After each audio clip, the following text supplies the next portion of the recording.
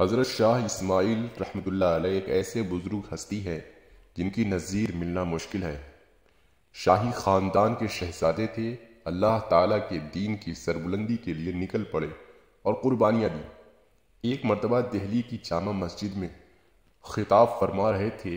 خطاب کے دوران بھرے مجمع میں ایک شخص کھڑا ہوا اور کہنے لگا کہ ہم نے سنا ہے کہ آپ حرام زادے ہیں۔ اتنے بڑے عالم اور شہزادے کو ایک بڑے مجمع میں یہ گالی دی جائے، وہ مجمع بھی معتقدین کا ہے، تو کوئی اس کو چھوڑنے والا نہیں تھا۔ اگر وہ سزا نہ بھی دیتا تو اس کے معتقدین اس کی ٹکا بوٹی کر دیتے اور کم از کم اس کو ترکی بترکی جواب دیتے۔ لیکن حضرت مولانا شاہ اسماعیل شہید رحمۃ اللہ علیہ جو پیغمبرانہ شان والے تھے، جواب میں فرمایا کہ آپ کو غلط خبر ملی ہے۔ میری والدہ کے نکاح کے گواہ تو آج بھی دلی میں موجود ہے۔ اس گالی کو ایک مسئلہ بنا دیا، لیکن گالی کا جواب گالی سے نہیں